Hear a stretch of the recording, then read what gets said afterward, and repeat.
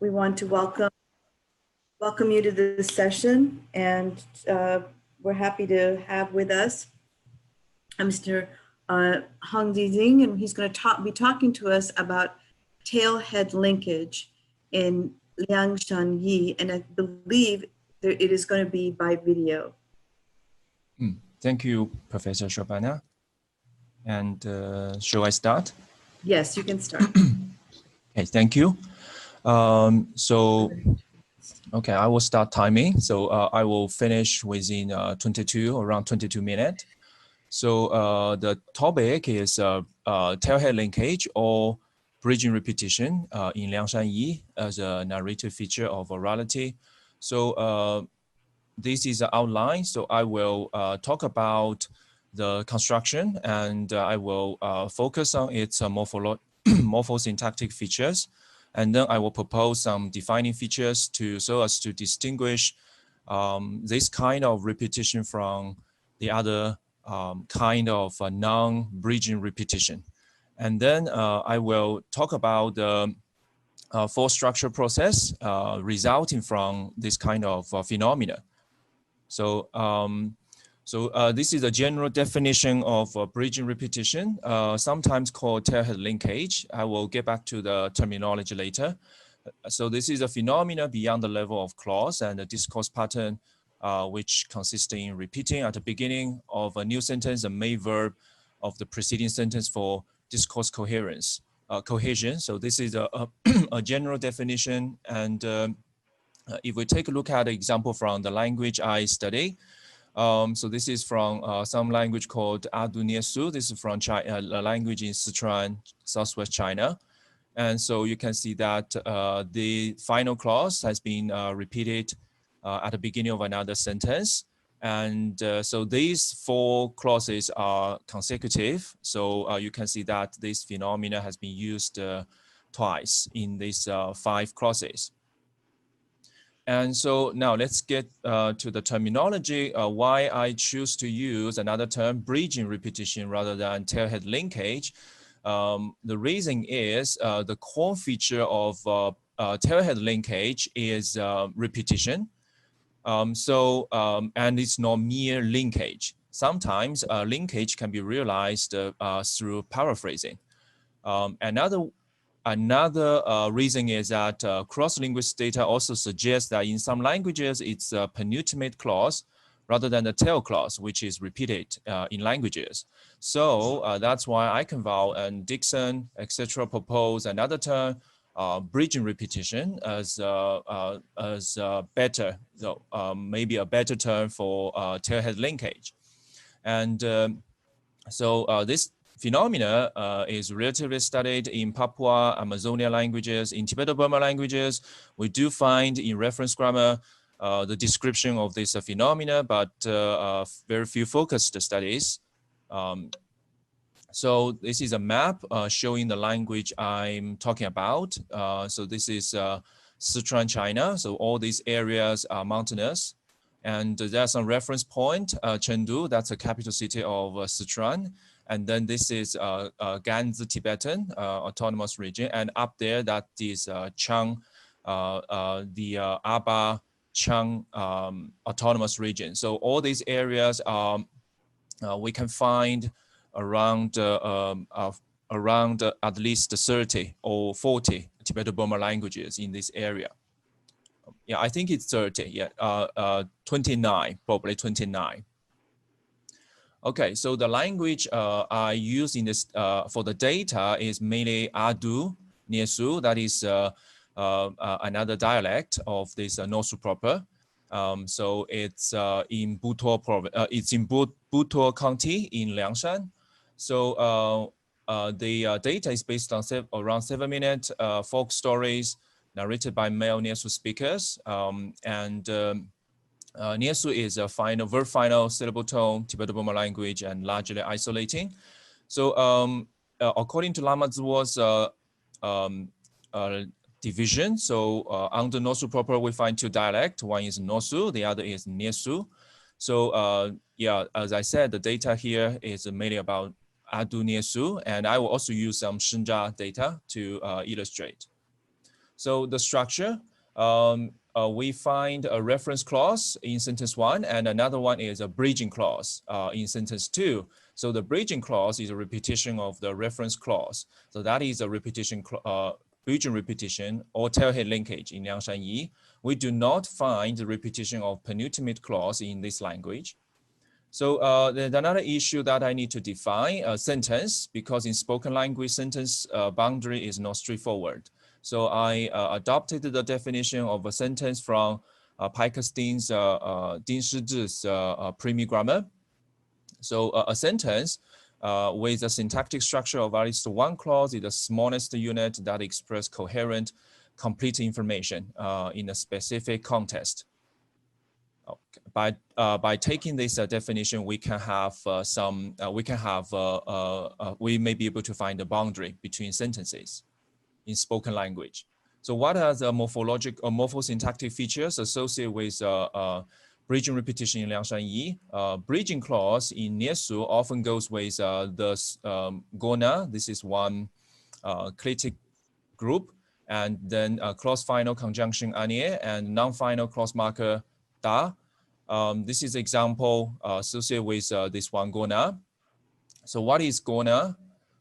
If a bridging clause goes with gona, it subordinates with a make clause. And go is temporal enclitic, and na is a frame setter.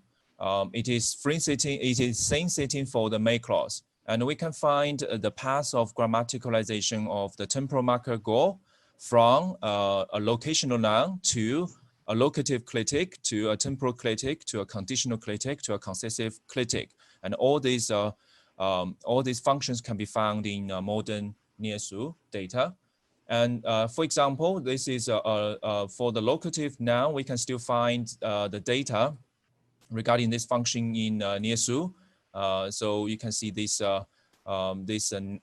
go is placed before the verb. And so this is a function to illustrate this, this one. And we find that this go is very should be cognate or very similar to the function in Primi Chang in Huang Chenlong's grammar. So in his grammar, he glossed it as a linker, but functionally it is very similar to the go in our data. And the bridging clause can also be a relative clause modifying the temporal noun te, meaning time and period as a head noun. So this is the bridging clause, and it's a repetition of the reference clause here in the previous sentence. And so it serves as a relative clause modifying the head noun time here. So we find that, we almost find identical structure in Wadu Pumi, and also in New Words Primi. So this is the same structure in Wadu Pumi data, time, and then the frame setter, and this is a relative clause, function as a repeating clause of the previous final clause. And if the bridging clause, so that is about gona, and so if bridging clause goes with clause final conjunction anie and the non-final clause marker da, it either subordinates or co-subordinates with the final clause. And for anie, it expresses temporal sequence. For da, it can express temporal sequence and some cause and effect relationship. So here are some data regarding these two linkers. So anie, if it's in fluent speech, the first syllable r will be deleted. So leaving near as enclitic, attaching to the clause, attaching to the bridging clause here. And so this is an anie data here. And for da, this is a non-final clause marker. Non-final clause marker. And you can see that this is a repeated part, and then being followed by this marker. So we find anie is very similar to Ersu, the another Chinese language in Liangshan, ne. So, and it's also been used in its bridging repetition or tailhead linkage. And we also find non-final clause marker being used as a linker for tailhead linkage in other Tibeto-Burma languages, such as Kang in Waters' reference grammar. So here, this is a morpheme, and this is the highlight blue part is repeated clause. And so now I propose for defining features for this phenomenon in Liangshan Yi. So each feature will differentiate this phenomenon from other kinds of repetition. So let's take a look at the first one. The reference clause and the bridging clause reside in different sentences, and the bridging clause immediately follows the reference clause in this format. So for example, this is also repetition, but this is not bridging repetition or tailhead linkage, because these two, lam lao, this is, the meaning is the wolf came, they reside in the same sentence. They should, if it's bridging repetition, they should be in different sentence. And the second criteria is the bridging clause is subordinate to its main clause. It can be temporal, cause effect, conditional, concessive, or just the same setting. And if you look at this one, this is the previous clause and being repeated here. However, the repeated part, the relationship of the repeated part with the following clause in the next sentence is not subordinate or subordination, so they are in coordination. This kind of repetition can happen because of some, not performance problems, but it should be related to performance. The speaker may pick up from somewhere because of some interruption or because the speaker forgot how to continue, and then he repeat this clause and then go on.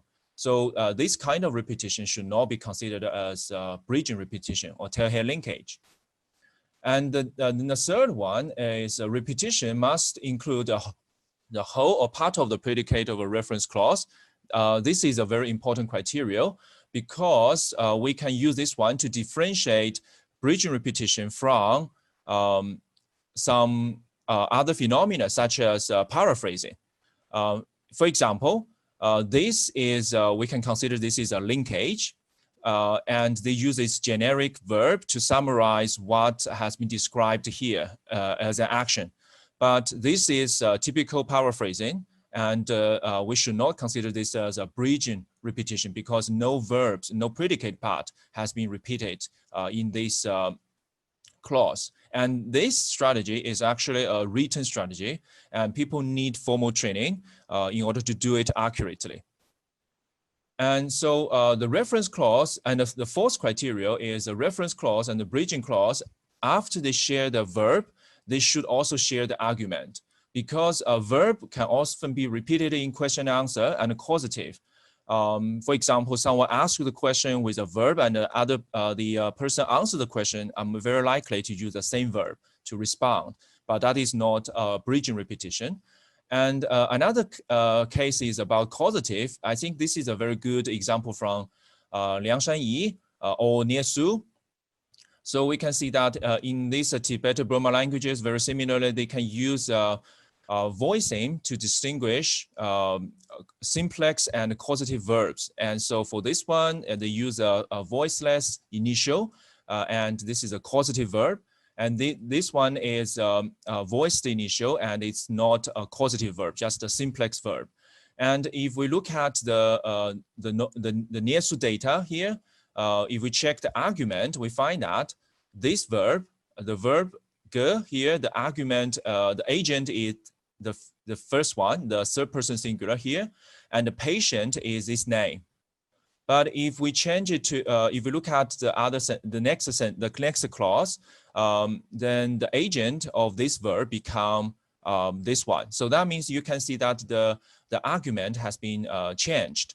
But if we look at the Chinese translation here, so and this is a Chinese verb. If you do not know the Chinese, this the meaning is listen, either listen to or hear.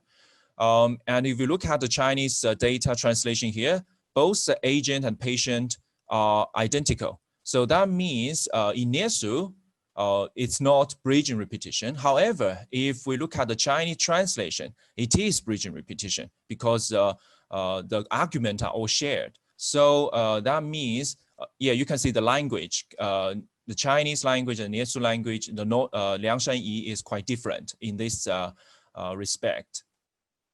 So after we get to know all these 4 criteria, then we can see that some falling, if we modify they same, so they are still bridging repetition as long as they can fit into the 4 criteria.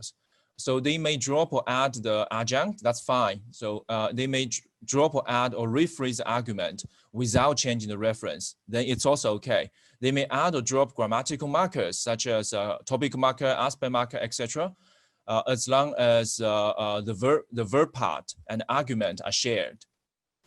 And so because after we propose the 4 criteria, we can see 4 kind of structural process result from this phenomena. The first one is simple copy. That means simply copy the complete predicate of the preceding clause. So we can take a look at the data here.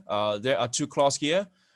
So this one is the final clause and then being repeated here, almost verbatim. So yeah, identically.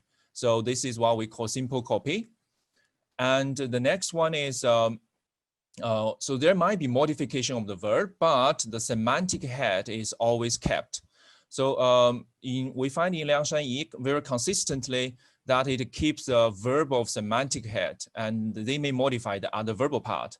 According to Anderson, the verb of semantic head refers to the part of the verb determines the lexical semantics and the valence and semantic role of the argument associated with the predicate. That means modification can be made to auxiliary if it's in auxiliary construction and the main verb is kept or remain unchanged. And the modification may also be made to verb 2 in verb 1, verb 2 compound, or any sub-event in a multi-verb construction. So this is a multi-verb construction. We can see that there are two sub-events. One is the verb jump, and the other one is go into, enter into. So we can see that if we look at this multi-verb construction as a whole, then in repetition, yes, the first verb is the first sub-event is kept, because regarding the whole multi-verb construction, this is a semantic head. And if we look at the other sub-event talking about its result, the first verb is a semantic head, and then the motion verb is being modified here from this one, je to bo. Je implies direction, but bo is neutral without implication of any direction. And so we can, another result is structural simplification. If the structure of the verb is complex, then they may simplify it. For example, they may keep the main verb if it's auxiliary construction, and they may keep the verb 1 or if it's verb compound. And they may keep all sub-event in a multi-verb construction if they do not change the meaning of the clause. Now, here is another example to illustrate this. You can see that this is a multi-verb construction. And in the repeated clause, only one of the sub-event is kept, but the first one is deleted. But it's okay, since the sub-event can also be an independent predicate. And they may also expand the structure. They may make simplex verb to multi-verb construction. For example, in this example, the die, the verb 使 die, now being expanded to a multi-verb construction. In Chinese, that will be 使过去了, 死过去了. And so they may say it as die, pass, go, something like that. And then this is a multi-verb construction and being expanded. And also they may, yes? Sorry to interrupt, but we are at 20 minutes and we have a kind of a tight schedule. So could we come to a conclusion quickly? Okay. Thank you very much. Yeah. So after I finish this, I will jump to the conclusion.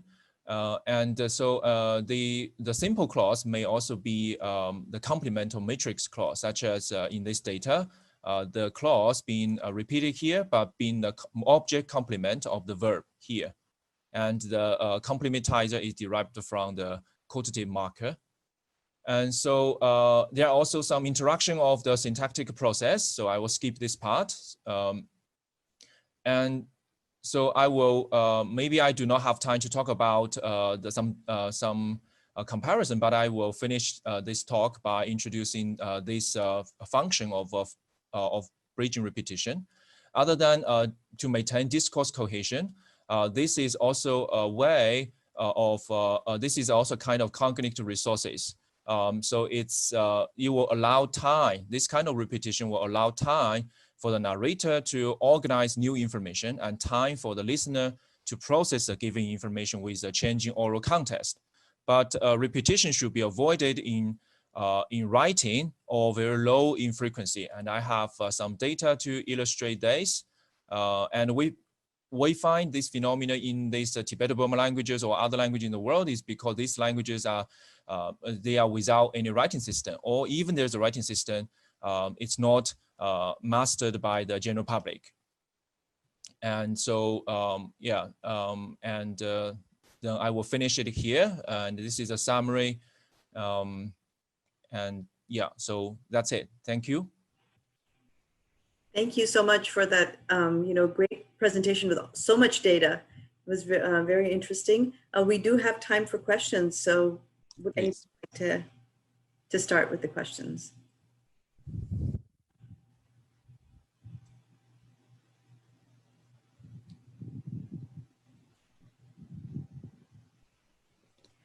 So let me ask a question here, because even in some of the terminology that you used, I was very much thinking about just reduplication and reduplicated structures on the morphological level. And I was wondering if you had thought about, any parallels or differences between the way those are used and the way that those can be modified, or, the two parts of a reduplicated piece in terms of morphology, rather than on the clausal level. Do you see a parallel between those two? In terms of the, I think in terms of this feature, all these morphosyntactic features are not just unique to this phenomena. They can also be used in the other subordination, cross chaining in this language. So if you mean parallel, can you be let me give you an example. So when Yes. you have just a reduplicated, let's say you have a reduplicated verb or adjective or something of that sort, sometimes it's like a total, an exact copy. Sometimes it's a partial copy. Sometimes it's a copy with the morphology, or sometimes without the morphology. So as you were describing these different scenarios, I was thinking about those other well-known ones. And I was thinking, it looks, we're using the same language to talk about them. So that's what I was interested in. I think, if the duplication of the verb, that is, yes, at the level of morphology, and I think they functionally, they function very differently. In this language, if you have, if you have reduplication of the verb, that is for question, interrogative. If you reduplicate the, let's say, if you reduplicate, in fact, I actually write some, I'm writing something about the replication in this language. If you feel interested, I can share the data about some phenomena in this at the morphological level of the reduplication. Absolutely. But this is for this one, this kind of repetition or reduplication is happening at a discourse level, so they can be very different from the morphological levels. Thank you for Very interesting. Thank you. Thank you. Any questions for our speaker? Yeah, I have a question. This is Chris Donnelly. Please. Very interesting talk here. So I had actually two questions. One, do you see differences between speakers?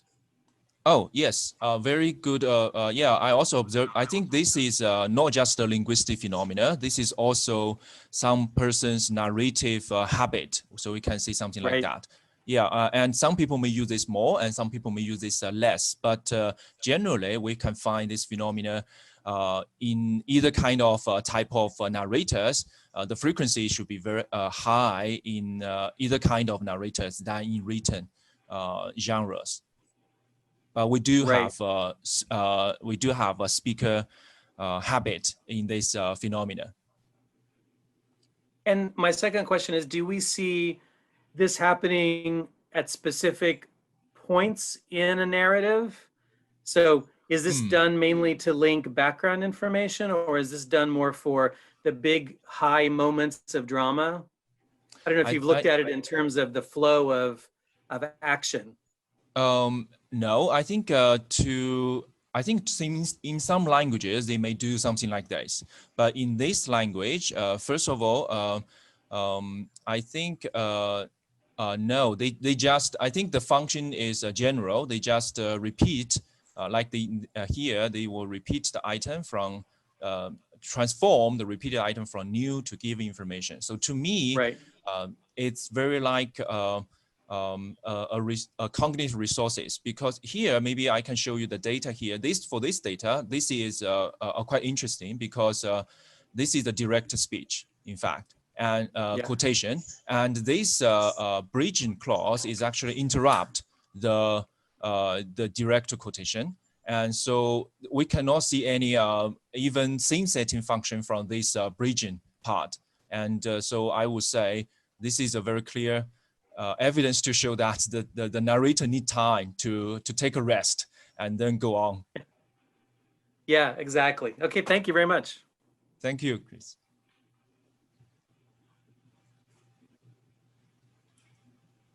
Well, we have about 1 minute left before we want to break and take a little time off before the special session. So we can ask one more question. I think, yeah, I please asked go ahead. a question in the group.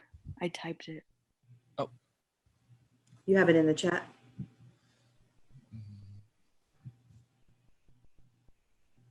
Maybe I can take a look at it. Complimentizer. I can say it Oh, go too. ahead. Go ahead. Because we were running out of time at the end there when you were speaking. I didn't quite catch it. You said something about the complimentizer deriving from the quotative. Was that for Niesu or was that? Thank you. Yes, I can show you the data here. Yes, this is the data I'm talking about.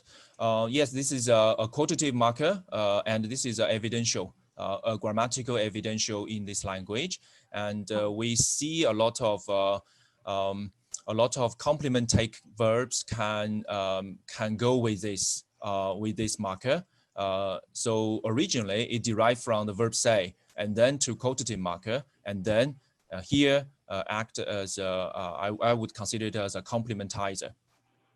And yes, in this language and also cross-linguistically, we do find other similar grammaticalization from quotative to complementizer. Yeah, I was gonna say this is kind of interesting as it applies to the language I'm looking at too.